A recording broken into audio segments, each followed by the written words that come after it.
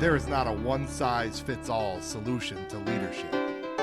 Discover your inspiration to lead by hearing from those who are in the trenches each day, leading themselves and leading others. We will learn about their unique leadership style and identify the shared qualities between those who do it tremendously well. Welcome to the Lead with Empower podcast.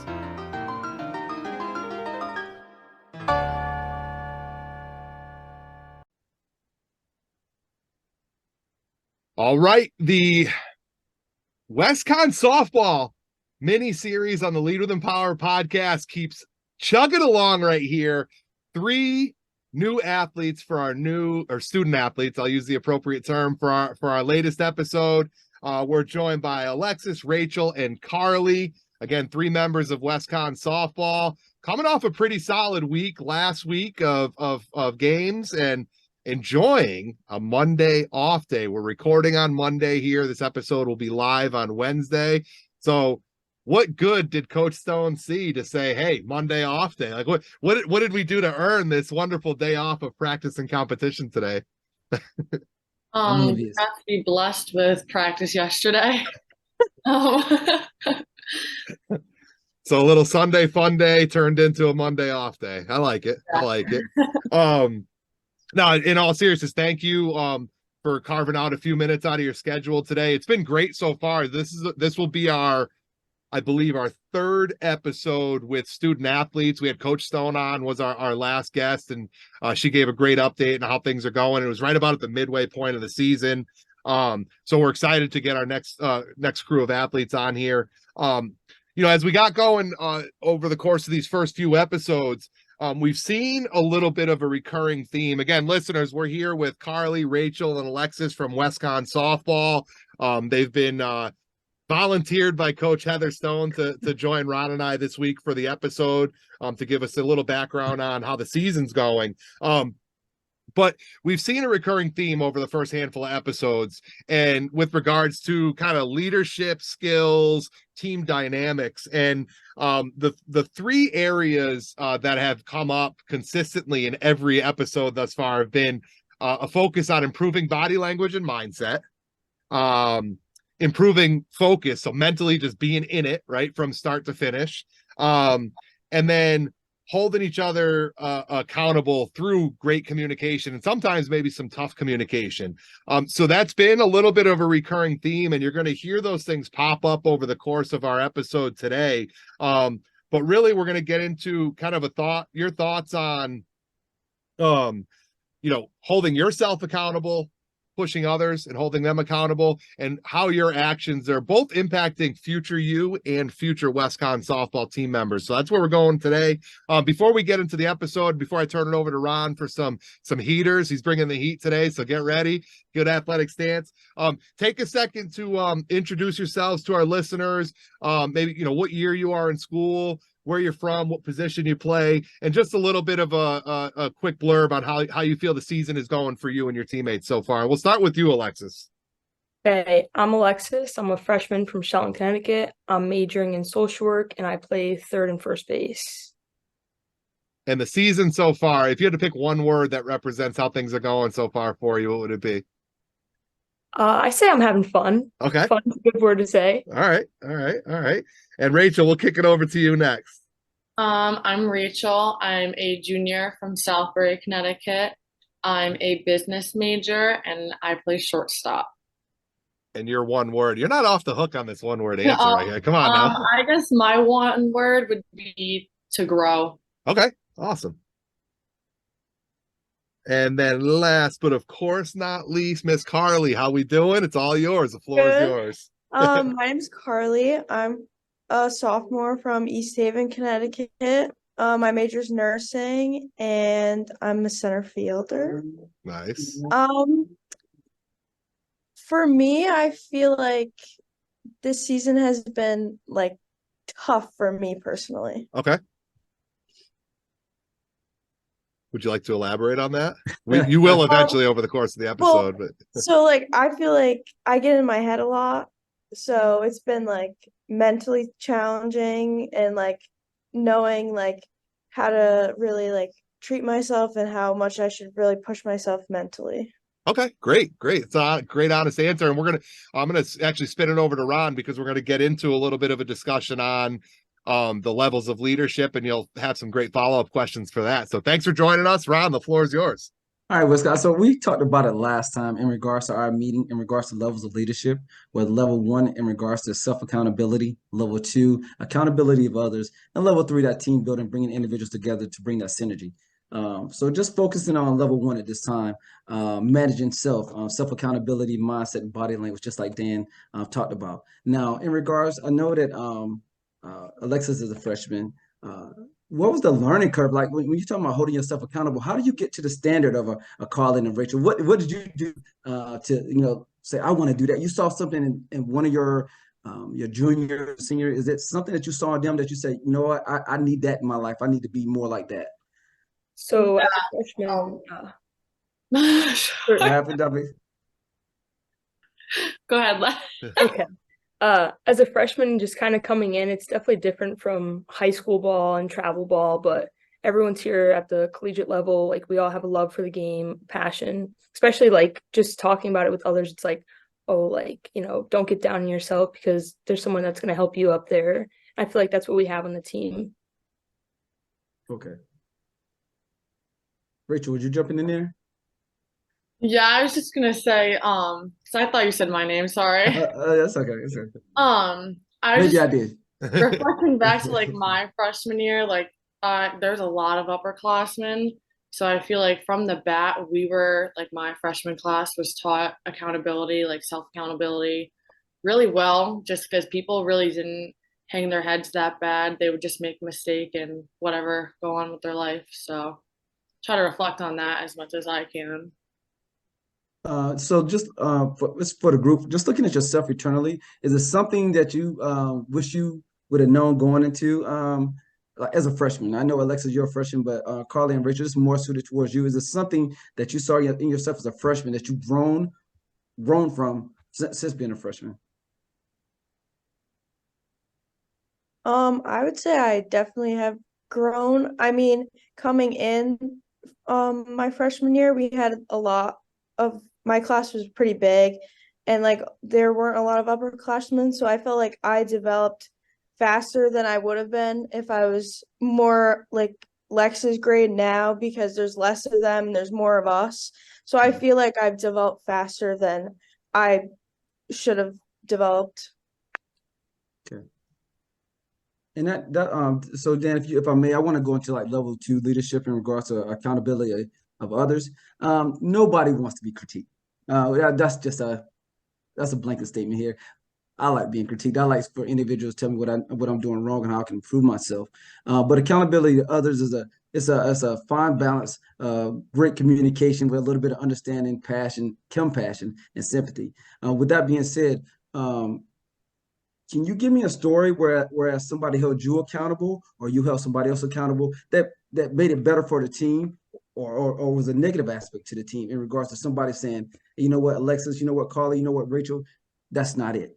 And I know you guys are motivated. Is there anything that you saw in regards to being holding others accountable or holding yourself accountable? Uh-oh, it's hot. It's hot in here, Dan. I'll start with a story. I'll just say that like once I'm like down and like in a mood, like I'm a tough nut to crack. Like I'm not approachable. Once I'm just mad, people know. But our senior Haley actually is the one to actually come up to me a lot and is like, stop, like you're being ridiculous right now. Like it doesn't matter. You can't take it back. Even Lex, like as a freshman, like she'll always talk to me in the infield and just be like, chill, it's not that deep. So It's just a game. Like, yeah, so it definitely happens a lot in a bunch of different ways. I think in some situations, a lot of us still feel uncomfortable because it is sometimes a hard conversation to have, but I think we're definitely getting better with it as the season goes on. To jump in quick, this team is a little bit like there's only one senior, right, on the team. I know there are a lot of first year and second year student athletes as part of it.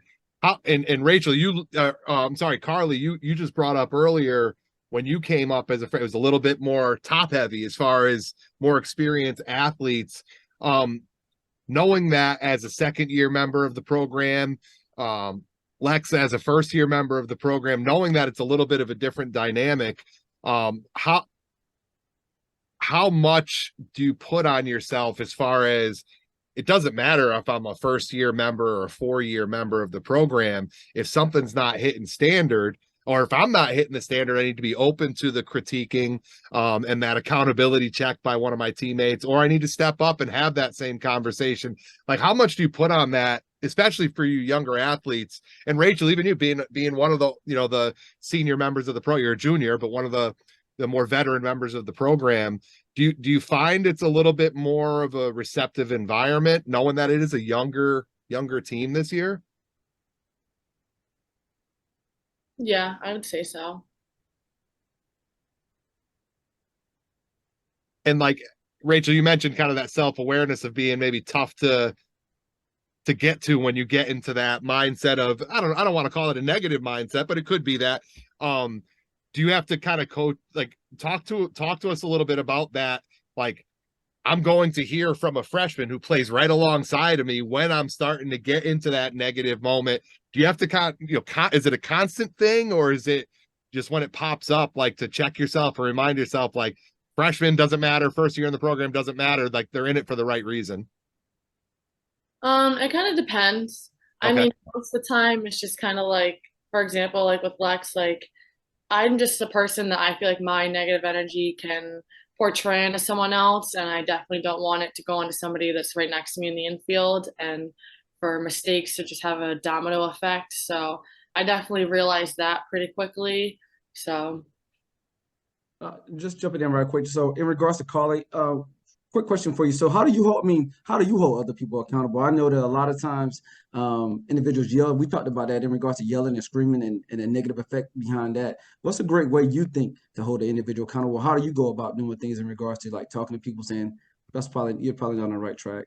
Well, I'm not really much of a yelling person. I like to take a more like nicer approach and like almost comfort people.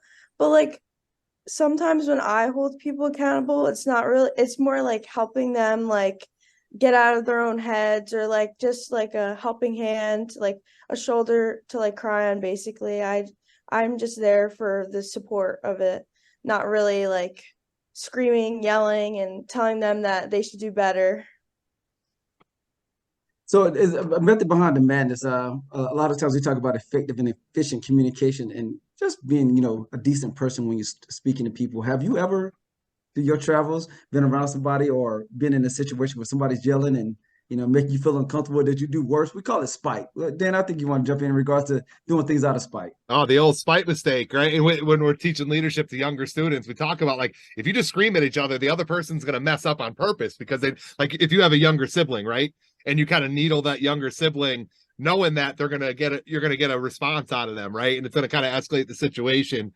Have you been in that spot where, and again, maybe not necessarily directly to this in this program, but just in your experience outside of softball or inside of softball, where like someone's getting after you pretty hard with some aggressive, right, form of communication? Have you been in a spot where you've been on the receiving end of that and maybe didn't receive it the most productive way? And talk a little bit about that, Dana. I see Rachel itching over there, so it's yours, Rachel. I haven't really experienced that here at WestCon. Like I really kind of am a person that will take yelling more as tough love rather than someone being spiteful. And I'll kind of look at it as like they really mean something more genuine deep down. Like with travel softball, I've had people yell in my face just to be spiteful and mean. And just growing up, I've just learned that some people can be spiteful, but most of the time they just want their message to get to you in a really intense way. Very direct. Very direct. What receiving that feedback, and this is open to anybody, Rachel, not just you, but receiving that feedback in that, we'll call it very direct, emotionally charged manner, like, and again, everybody on here is different. Rachel, it kind of resonated with you, and it was perceived as maybe not an aggressive attack, but more that tough love. Lex and Carly, have you had a similar experience, whether at WestCon or beyond? And like, what was your natural response? Was it like, if you keep on yelling at me, I'm just gonna mess up, you know what I mean? I'm gonna mess up to get under your skin. Like, talk a little bit about, you know, again, it doesn't need to be a specific environment, but like receiving feedback that way and the effect it's had on you in your past. Well, usually when I'm the type of person where usually if I'm yelled at like that, I just like shut down. I don't Mhm. want any Mhm. part. I don't want to talk to them. Like, it's just like, you're gonna talk to me like that. I really don't want to talk to you then, Hmm. basically. Yeah, I feel like I agree with Rachel. Sometimes like they know that you have so much potential and like they know you can make the routine plays or not even the routine plays, like the hard plays, and they're just doing it to like make you a better person. So I throw that out there. We know that leadership is most often emulated, whether it's negative or positive. You're going to have positive leadership attributes as negative attributes. But a lot of times you find yourself doing what others do. Just like when I was in the military, I seen a lot of individuals get yelled at. And, you know, after a while, I became a yeller. Have you found yourself in a situation where you were doing exactly what the person you didn't like or how they was fixing you or so-called fixing you, that you was actually emulating and you took a deep breath and say, that's not it. That's probably not the way I should be talking to someone. Nope, we all Saints. All Saints. All right, just moving along. Then, in regards to that last level of leadership, team building that synergy. That doesn't mean that you have to win a game. But have you played or have you got together, whether it been practice, whether it been in game, and you looked upon yourself and you realized what everybody was doing and how you was effectively communicating? You say, and you say to yourself, that was team building. That was synergy that we created. Have you seen that or experienced that as far? I mean, I know the season is still young, but again, I think with this group of individuals, I think that synergy is already built. Am I wrong with that? No, I think that what would probably reflect that the most would probably be the first half of our Eastern game that we had. I think that quite literally everybody was playing a role in that game. Everyone was talking, everyone was supporting each other, making the plays, backing each other up. If they scored a run, we came back and scored a run. So I think that definitely is like the best reflection of us really like coming together so far. Okay. Carly, Lex, do you have another moment this season that stuck out to you where like you just felt like everything was like synchronized, everything was dialed in, everybody was contributing in whether it was a small way or a major way so far this season? I feel like Eastern was a good example, but also when we played St. Joe's, the first game didn't go our way, and coach had us talk about like what team we want to be. We just kind of all agreed that like we have to come back strong with like energy, and we came back and won the game. So I feel like that also represented us all coming together as one. I think it's just all the games that we come back in. I feel like those are the games we usually all work together and give it our all. I feel like, and usually when we all work together, we usually end up winning the game. So I feel like all of those games that we've won where we were behind, we've been working as a team. I've noticed like we were just Dan and I was what was that what day was that, Dan? St. We was at Joseph's, it was last week on Wednesday. Yeah. I saw WestCon dominate a team. It was you could just tell that you all came together and you had a mission, you had a plan. Right now, before I pass it over, Dan, is looking at your schedule? Is it a date schedule? Is a date circled saying, "Hey, we want this team. We ready for this team. This is what we want to go after"? All of them.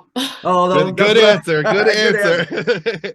I was gonna say the next one better be the answer, whatever one's coming up. I'm glad you brought up the St. Joseph's game. And so we were able to get out there for the second end of the doubleheader as we were walking out to our little spot in the grassy knoll in the right field foul area. Looked like there was a pretty good conversation going on the diamond or on the outfield grass. It was in between the two games. I didn't really know what happened until the game started and we found out that you lost the first game. Not a softball expert, but based on the second game, as Ron said, it looked like WestCon softball was like the better team on the field that day. Yet, first game was a stinker, right? Was a loss, and if you in the beauty of sport, you don't get to go back and redo it, right? You get your repetition, and that's it. You move on from it, whether it's a practice thing, an off-season thing, or a competition. If you could do it again, or when you find yourself in a situation again where maybe you get a little lax, maybe it's this is a team we rolled last year, we should be able to roll them again. Like, what did you learn from that experience that is going to make you a better team this year? Because based on the second game alone, like, that should have been a clean sweep. And again, we're not softball experts, but that second game was like a stranglehold. What from that situation, even though it's a loss on the record, that's going to make you better? How?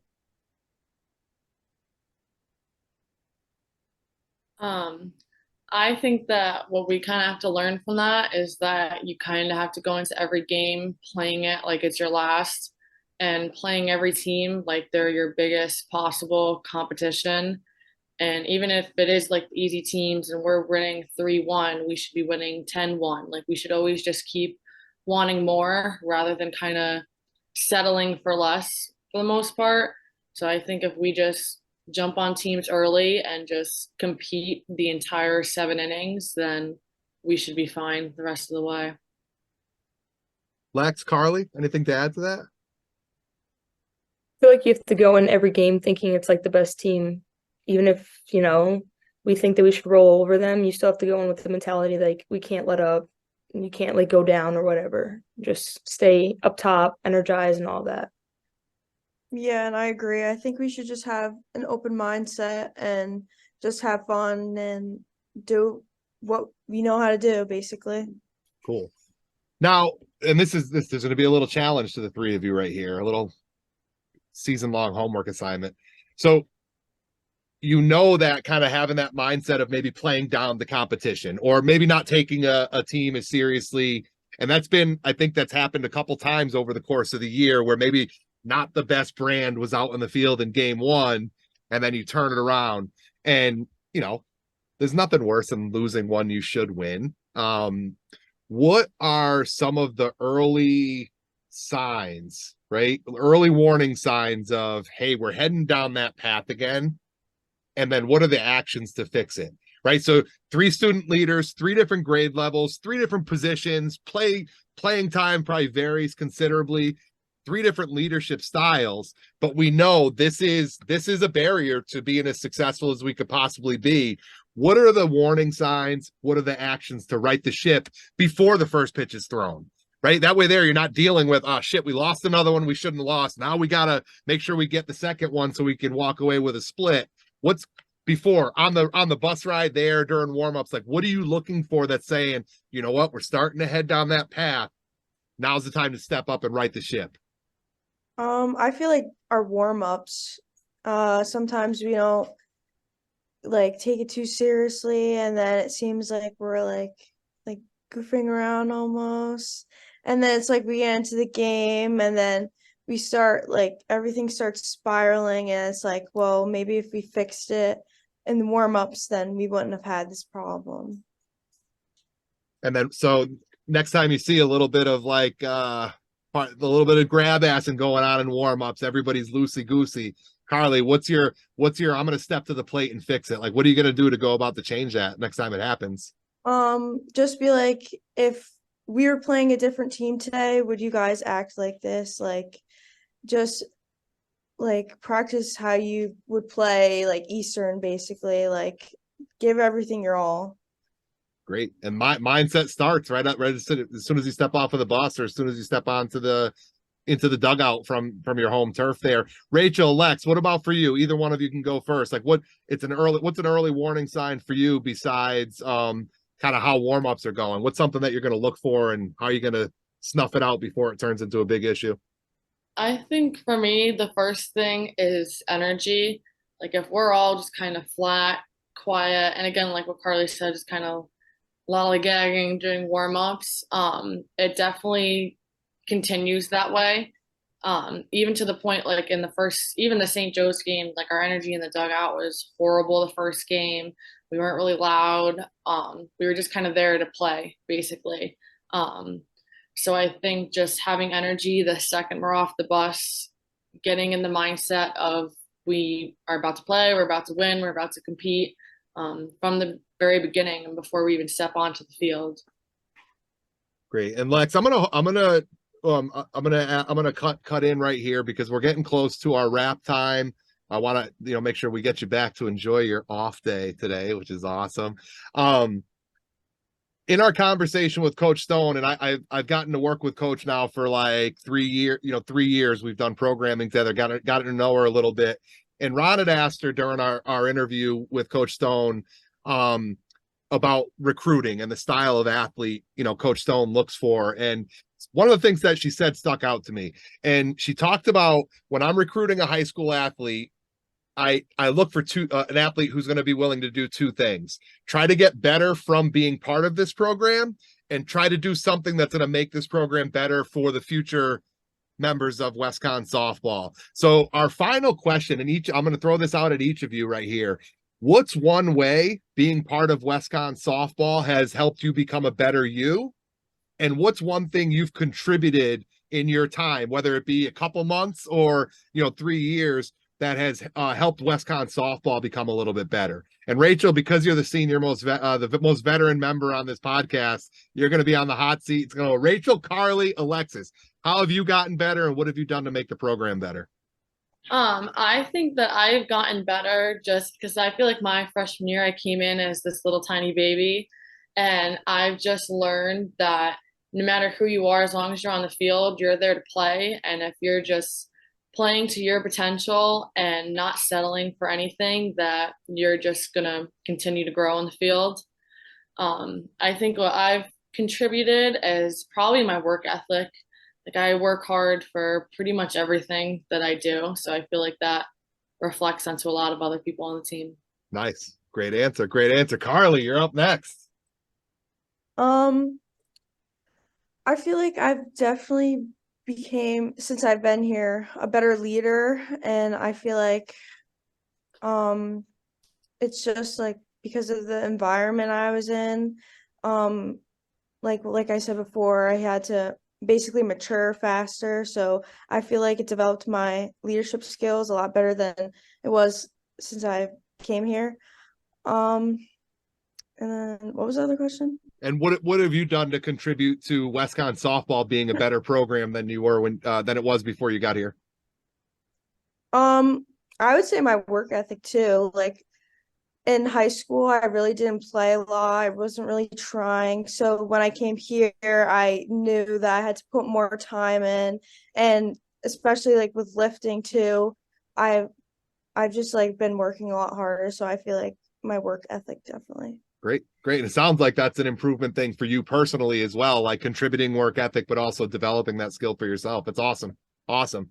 And our most rookie member on the call today, Lex, what are we talking about here? So how have you gotten better, and how have you made the program better? I feel like I've grown. Like in the fall, it was like I would just keep to like the freshmen, stay with them, do my own thing. Now it's like you branch out, and it's like one big family that I've gotten to know. It's like everyone's there for you if you need something, and like holding you accountable and all of that. I feel like what I've brought to this program is like just being there for someone if they need it. Like sometimes they don't want to talk about like what's going on, if they make something goes wrong, just being there and like keeping them upbeat and all that. And then what have you contributed to make WestConn softball a better program? This one's going to be tough, right? You haven't been around that long. Yeah, really stumped me there with that one. Just trying to be like, I guess like communicating well, like talking, like if I need help with something, or if like I don't know how to do a drill, going the baby steps, and like someone older or even someone in my grade, like, oh, like I understand how to do it. This is how you do it. So Awesome. I'm going to turn it over to Ron for this last little statement right here. Before I do though, thank you so much for coming on. Ron's going to jump in right here, and we'll close things off shortly. But great conversation. I can't thank you three enough for taking time out of your what is normally a busy Monday, but a little less busy today with the off day. So Ron, the floor is yours. Hey, you know how I am. I had to bring it down because I'm motivated. I wasn't screaming in the camera today, but I'll say this right here in regards to family, in regards to team. I noticed that you said a lot and it's consistent every time we have a conversation with Wisconsin softball. We talk about family, family, family, and I think the huge difference then between family and team is that you care about each other outside of the diamond. You're not worried about winning now. You're talking about improving each other personally and professionally on the diamond and off the diamond, off the softball field. In regards to family, do y'all consider yourself family? Is that what you're saying to me right now? Okay. Yeah. Yeah. Got some, for those of you listening, is some moderately confident head nods right there. What's sorry, go ahead, Ron. No, go ahead.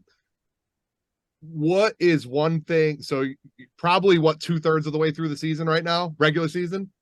I'm looking forward to what success. Like what are you looking forward to right now as you enter the back third of the season? I think just continuing to grow the team culture. Like teams that are close and rely on each other are the teams that go the furthest. Love it. We're going to hear that again. Teams that are close and rely on each other, and I'm going to add in that push each other to be their best, are the teams that go the furthest. Rachel, Carly, Lex, can't thank the three of you enough for carving out a few minutes to talk with Ron and I. It's always great to see you, and we'll be pulling from you here in Middletown, and looking forward to catching up again down the road and hopefully catching another game, maybe a playoff game. But thank you for our listeners for checking it out. Again, another great example of student athletes kicking butt, taking numbers. Go Wisconsin softball. We'll see you all soon. Great leadership may look and sound different. However, there are common threads that connect all tremendous leaders. They are passionate about those that they lead. They do that which brings out their best and the best in those around them. And they never take the easy way out, because the exceptional will never come from easy.